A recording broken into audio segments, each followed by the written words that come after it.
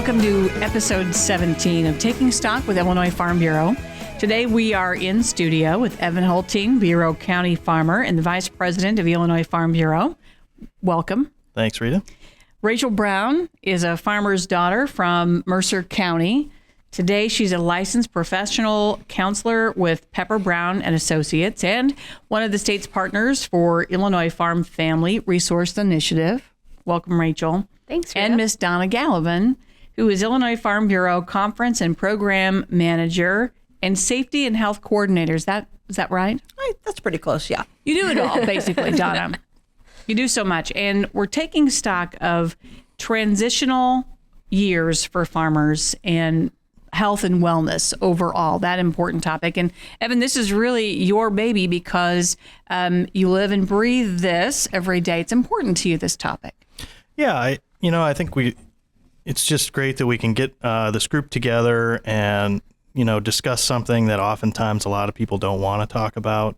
I think overall we're getting better at that, as an industry and as a country and a society. But, farmers are just so isolated so often. And, as we're seeing very clear this year, a lot of unknowns and uncertainty and stress and we oftentimes focus, specifically on the farmer, but I think it's good. And if we can cover that today, a little bit of the ancillary stress on the family, right? And maybe it's not always just the active farmer that's feeling the stress and the anxiety and dealing with mental health. Sometimes it's the family, sometimes it's the retiring or retired farmer, and how do we help people navigate all of these challenges, these changes in life and lifestyle, and just make sure that we're doing our best as a community to help everybody stay safe and healthy and happy, and do the work we love,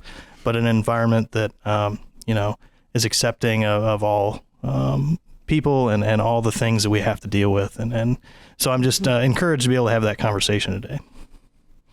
Rachel, it's kind of all the points that you talk with us about monthly on the radio. So many things also ring true to your family as well. Yeah, absolutely. Yeah, it can be really difficult, like Evan said, to reach out for help at times when we need it. But I think especially in the past couple of years, we've seen an increase in people talking about this topic and talking about mental wellness and agriculture. And we're having that conversation every month, Rita, and I think we're getting some of that feedback. I've heard some folks kind of reach out to me and say, really glad you're talking about this topic. And I know, we've got some special events coming up. Excited to hear Donna talk about that in a little bit. So we're continuing to have that conversation more. And I think people are starting to get to a place where they feel a little bit better about not only reaching out for help when they need it, but talking about it in public places too. And are you okay, Evan, with people at this point? Are you comfortable with people saying, how are you doing?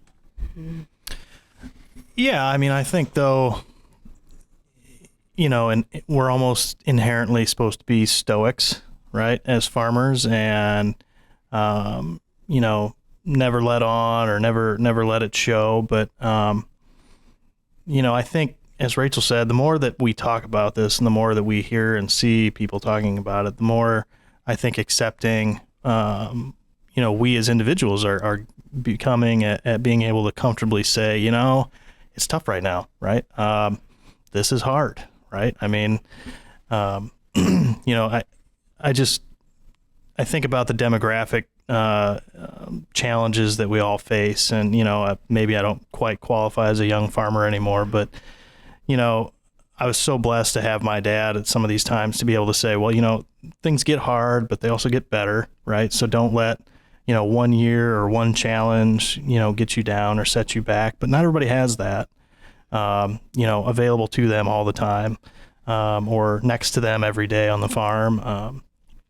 And then take my dad's generation and this group of people that have, committed their life to the farm, maybe don't have hobbies, maybe don't have other interests, maybe don't like to travel. They completely identified themselves by the farm.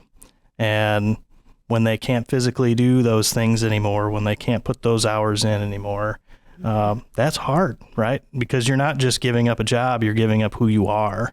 And that really becomes impactful on, a person's ability to be happy and find joy every day, right? And something new and different. And then you just take that impact further out into the family. And how does that impact everybody else at home?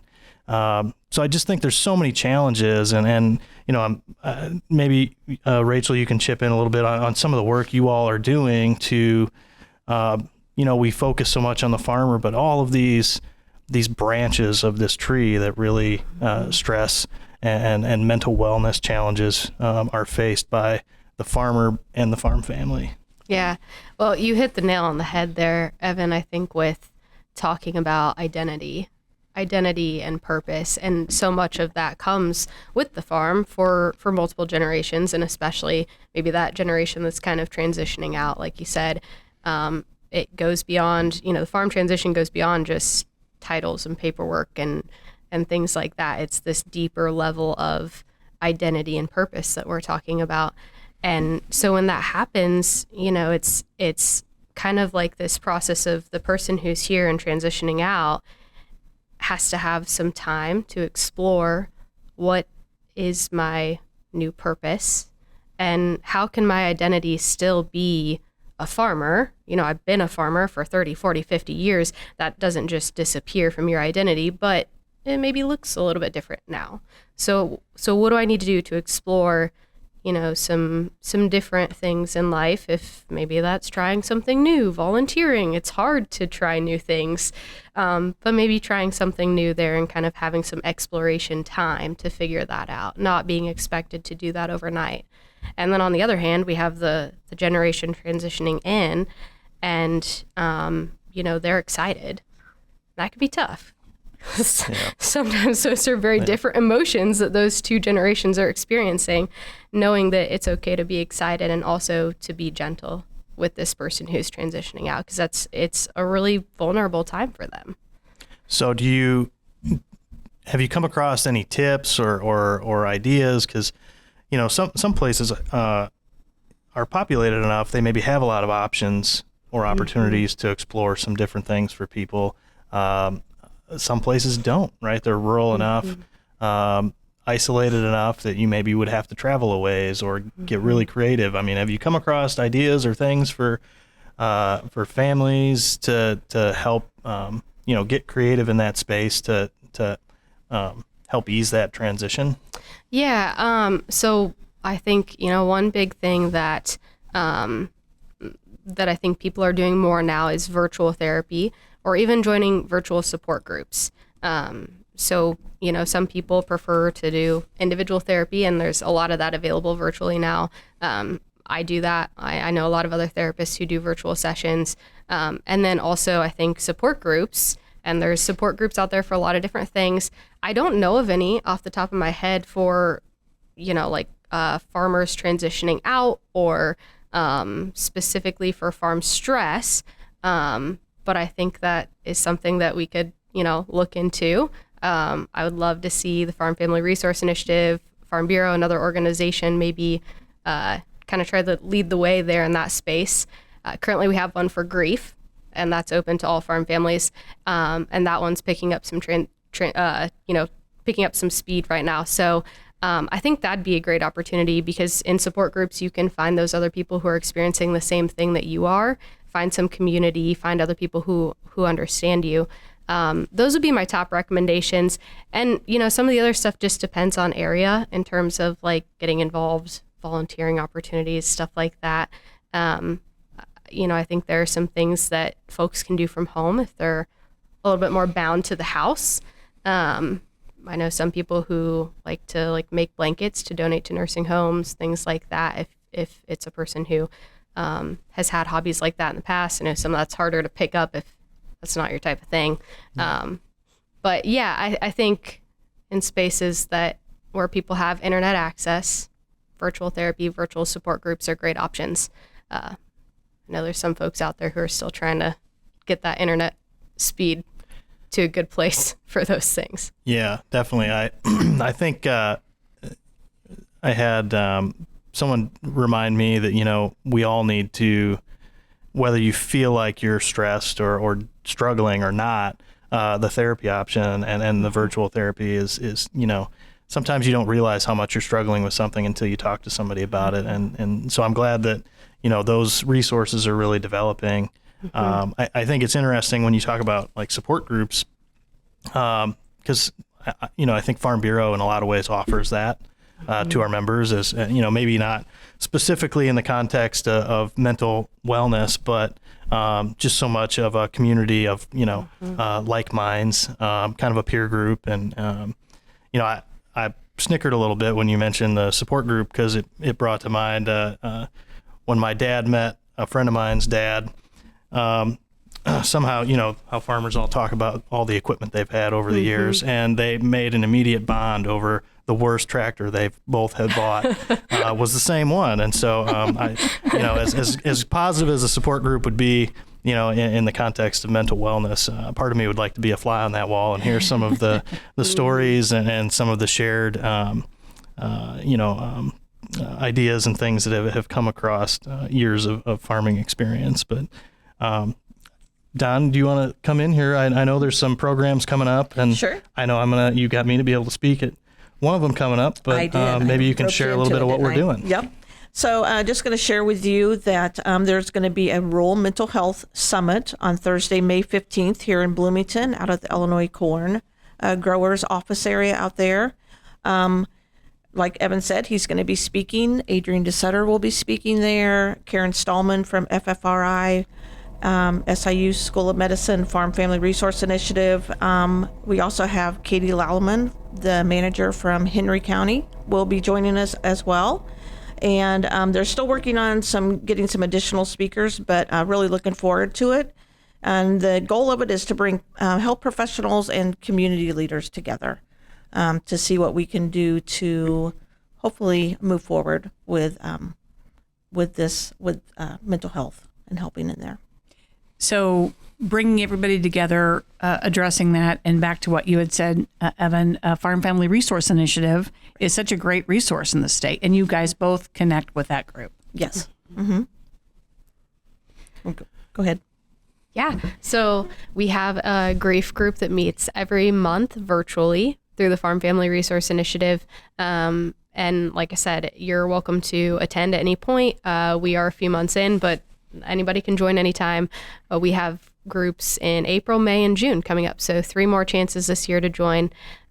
We also have some free counseling sessions available through the Farm Family Resource Initiative. So that's another opportunity that I always encourage folks to take. If you call either the helpline that's available through the Farm Family Resource Initiative, or you log on to the website, you can find more information about how to use those vouchers for free counseling sessions. And they even offer texting.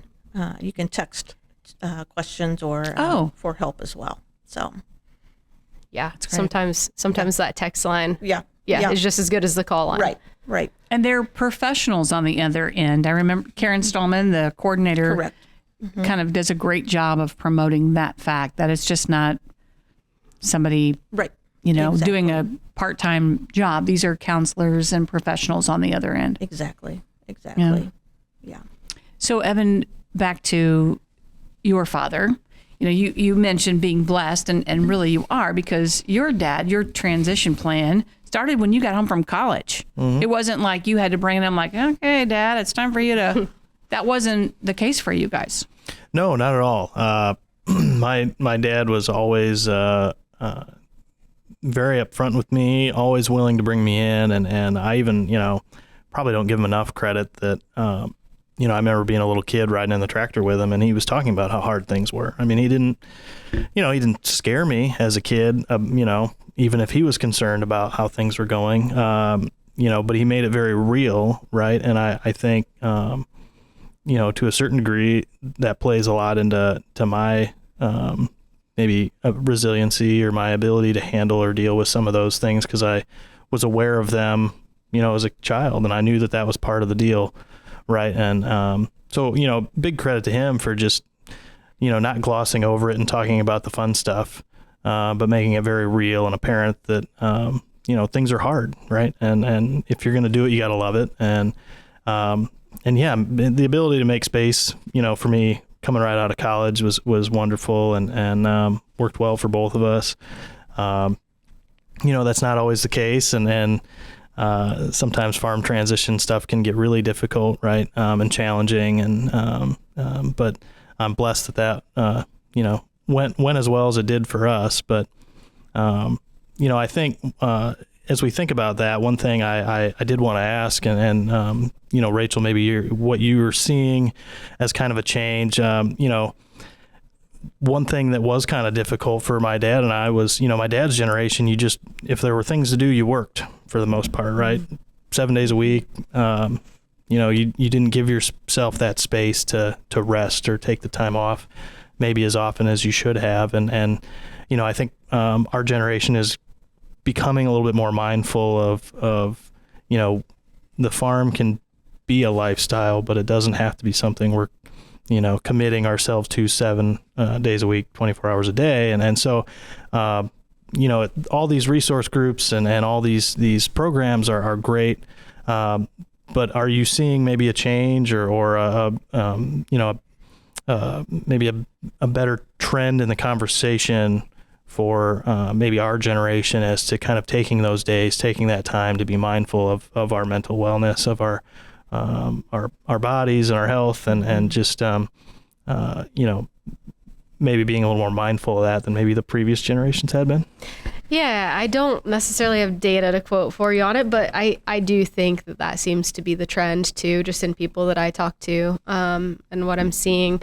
And yeah, it sounds like, Evan, one thing that worked really well for you guys was having open and honest conversations. You had clear communication about what was going on with the transition, with the farm, with your unit as a family and as business partners.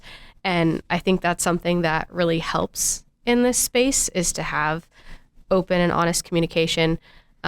Rita and I have talked quite a bit about that on our monthly chats too, because that's a big piece of this, right? Is being able to be honest with the other person, to respect that you may have differing perspectives, and not coming at it from the angle of trying to change the other person's perspective, but just taking that opportunity to listen to each other, and figure out how to move forward. And I think one thing that really stands out to me, and kind of listening to what you're saying, is when you need something from the other person, making that clear. And sometimes that ask is just, I need your support. So, if it looks like I'm going to take Sunday off because we've got ball games or church or whatever it is, like we're going to go do these things, saying that, and then saying, I need your support in this, or I appreciate your support in this. I think sometimes we think that we're communicating more clearly than we are. We say things and we expect the other person to just pick up on it. But it's in that space where either misunderstandings happen or assumptions are made. And if we clearly ask for what we need, even if it's just support, I think it takes away that risk for misunderstanding, assumptions, hurt feelings, at least to some extent. Yeah, that's, again, kind of anecdotally, something farmers maybe aren't always the best at with communication, right? Mm-hmm.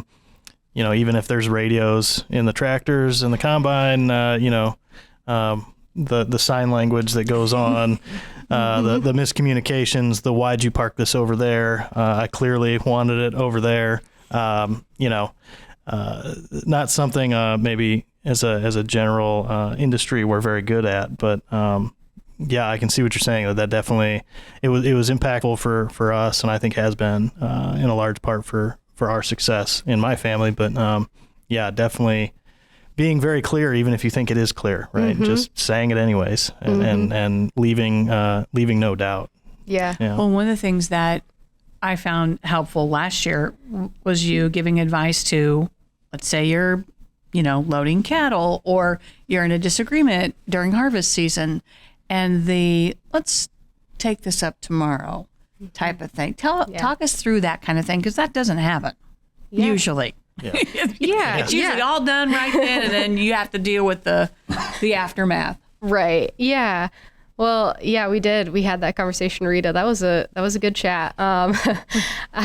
I think this is one of those where it's easy for all of us as human beings to, when we get into conversation, we're really passionate about something, we start to kind of escalate, and before you know it, people are yelling, there are words said that aren't meant, and then we have this whole cleanup aftermath to deal with.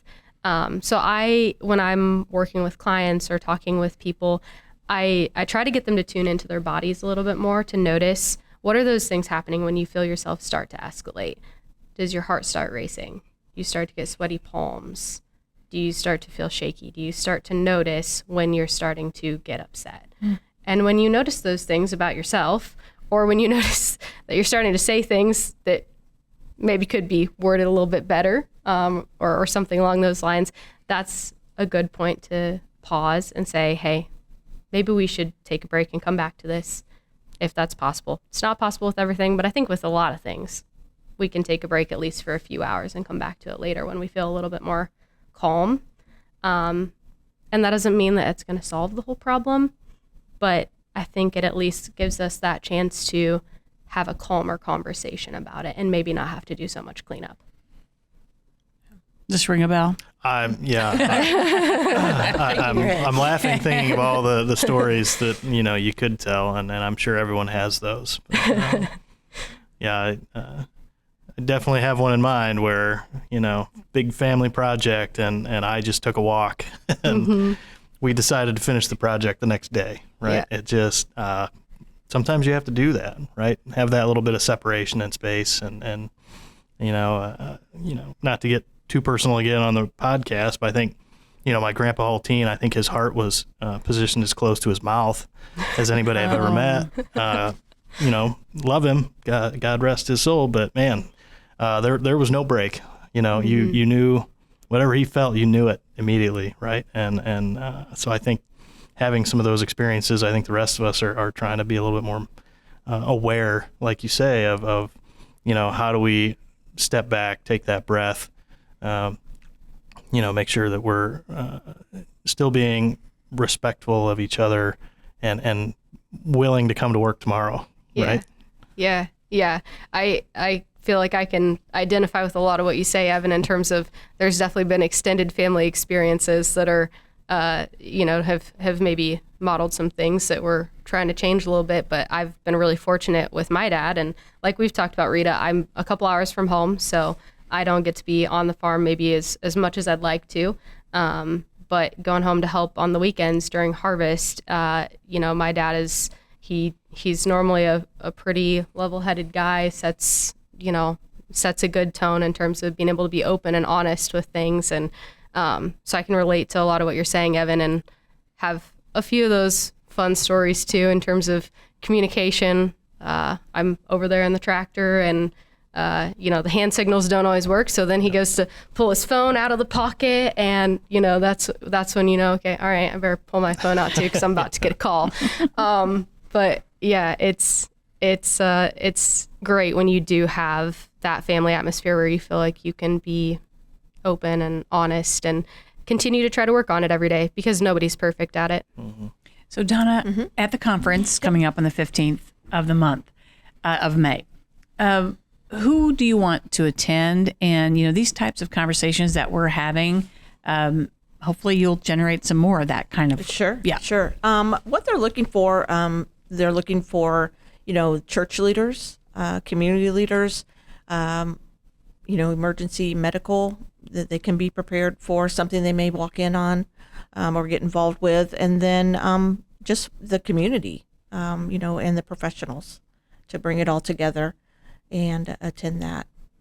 But I was also going to chime in with something that you're saying. I went the last summit they had was in Springfield, and something they carried home from that is one lady said her husband farmed, and they have one night a month that they go out to dinner, and they're not allowed to talk farming at all. Mm. And she said that they get more out of that evening, focused on something besides farming. That she found that very helpful. So I don't, is that something that people can try? Do you think that would? I mean, you're not talking farming, you're talking about the kids or, other family members or something. That's a great idea, Donna. Yeah, that just came home with me whenever I left there. So. Yeah, that I haven't run across that, but that's actually kind kind of brilliant, right? Yeah. I mean, especially, I've gone down the rabbit hole with my friends at times where all you do is end up complaining about all the things you're unhappy Right. about with the markets, prices, you name it, right? And it's probably good to get a little bit of that out and off your chest, but to just continually mull over that isn't good for anybody. Right. And so I just thought it was a pretty neat idea. And she says it can be McDonald's or it can be a fancy restaurant. You're not allowed to talk anything about the farm when you're out. And if you need like conversation starters, topics, call Donna. There you go. She has 4 or 5 kind of fun topics, ribbon dancing, things Yep, like that. There you go. Yep. But I just thought that was a neat. It's a great one. A neat one that came home with me. So. Yeah. All right. So, and we're talking really too about almost 2 different things, even though it's all health and wellness and mental health, if I can say that. But we're talking about the transition. We just don't want it to escalate, I guess, to the other suicide prevention type of stuff. So can you make sense of that, kind of the 2 sides to what we're talking about today? Yeah. Yeah. I mean, I think, that piece of crisis prevention comes in when oftentimes people get to a place where they're isolated, feeling depressed, and that can happen if we're seeing, a long period of, I don't know, say the transition's happening, it's not going well, relationships are continuing to decline, people feel a lack of purpose, struggling with identity. If some of those pieces kind of come crashing down, and oftentimes, people get to a place where they feel a sense of purposelessness, hopeless, that's when we start to worry about being in crisis. So I think that's kind of, how we wrap those together is like if we're struggling with something, when we start to notice we're struggling with something, or maybe even if we feel like we could potentially struggle with something, that's the time to get help. That's the time to talk about it instead of waiting until we get to a place where we're feeling really hopeless and purposeless. Yeah. Does that feel like? Yes, it does. That's perfect. And then back to Evan. So you probably have friends, farmers, fellow farmers your age, that maybe they're thinking, gosh, my dad is so selfish. Why doesn't he trust me with this? And maybe it's not about his trust in you at all. right. Right? Yeah.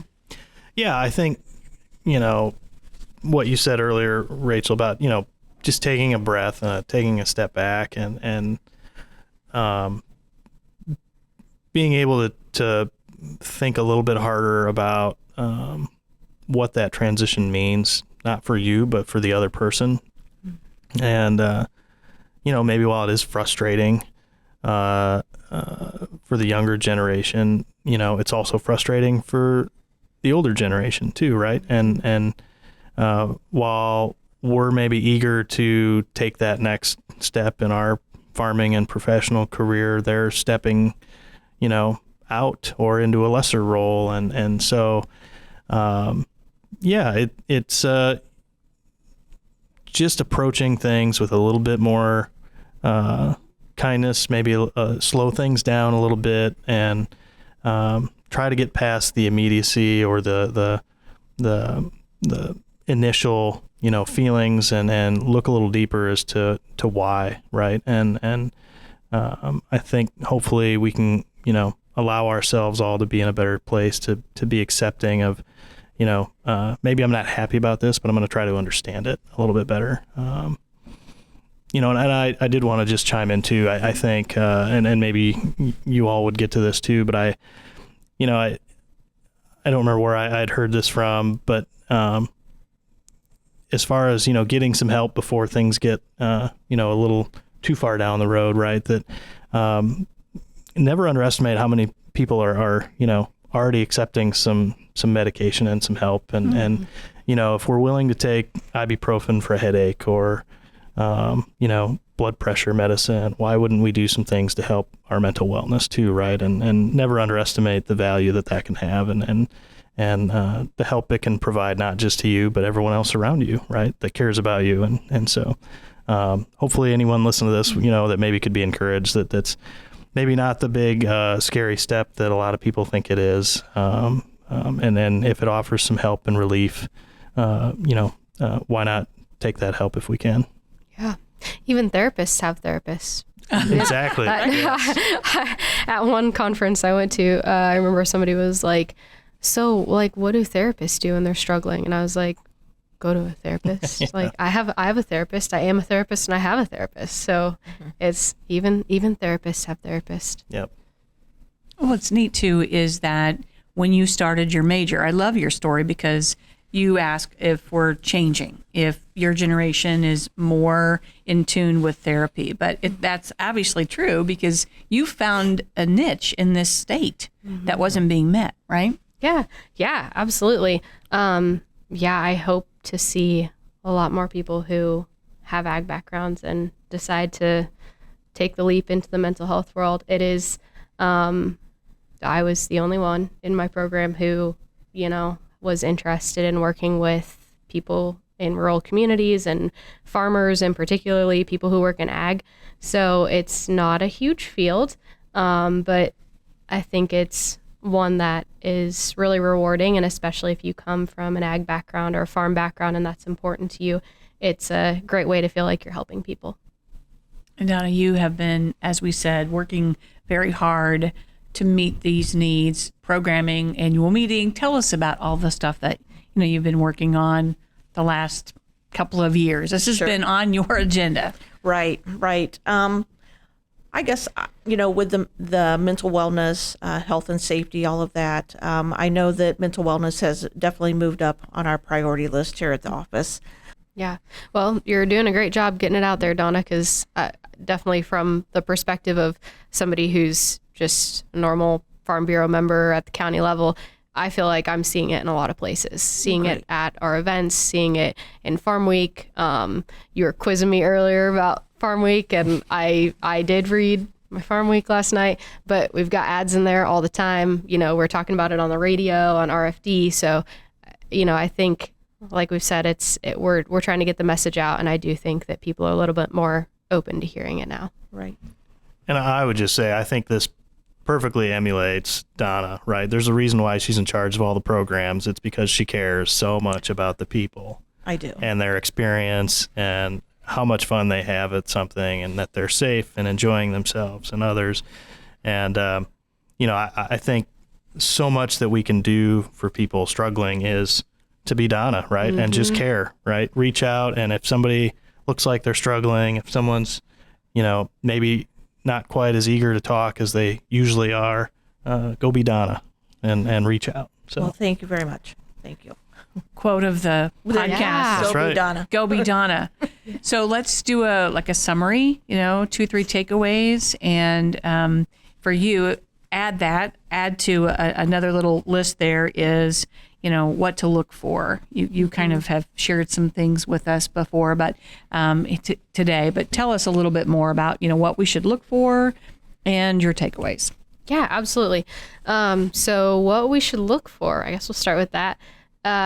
So, Evan kind of mentioned a second ago, if people seem a little quiet off to the side, sometimes people are just introverts, but other times withdrawal is a sign that someone is struggling. So if you have a friend who's normally more outgoing, normally, maybe calling you, checking in more, and suddenly you realize you haven't heard from them in a bit, that withdrawal is a big sign that somebody could be struggling. And maybe that's an opportunity for you to call, text, check in, see how they're doing. Ask that question that we were talking about earlier, Rita, of just how are you doing? Just asking it just like that. Other things to look for, ones we talk about a lot are decline in the farm. Is the farm not being kept up the way it used to be? Are folks not going to the normal places that they used to? If they used to be a coffee shop person, all of a sudden they stop going to the coffee shop, or if they're normally coming to Farm Bureau stuff and they stop going, just not, kind of out of their normal routine, that tends to indicate something's going on. Maybe it's mental health, maybe it's not. But again, an opportunity for us to check in with them. So those are a few main things to look for. It's been great to talk with all three of you today. And, I would say my key takeaway is just the reiteration of the clear, direct, open communication within your family as much as possible. And also just being understanding and empathetic when it is taking someone a while to transition. Sometimes it takes a bit with any of those life transitions, but especially the farm transition. So knowing that it can take a minute and there's a lot of emotions involved. Evan? Yeah, I think, you know, I hope that people would take away a little bit too, that it's okay to struggle with things, right? And, you know, if someone asks you how you're doing, or if someone close to you mentions that, wow, it seems like, you know, you've had a lot on your plate, have you considered talking to someone? You know, it's really easy to be dismissive or defensive, but they ask and they say those things because they care about you, right? So, you know, as Rachel just said, let's just, you know, be open, be empathetic, be willing to hear maybe something we don't want to hear from those around us that care about us, and know that you're not the only one, right? It's better to get some help and talk through things before we have, you know, more unfortunate situations. Right. Donna? I say what I want to stress to everybody is, like you all have been saying, is reach out if you're having any, you know, you just want to talk, and us as the receivers, check on your neighbors, check on the people around you, your family, and just make that first step if need be. Go be Donna. Yeah, be Go Donna. be Donna. Yeah. Be Donna. That's how we'll close episode 17 of Taking Stock with Illinois Farm Bureau.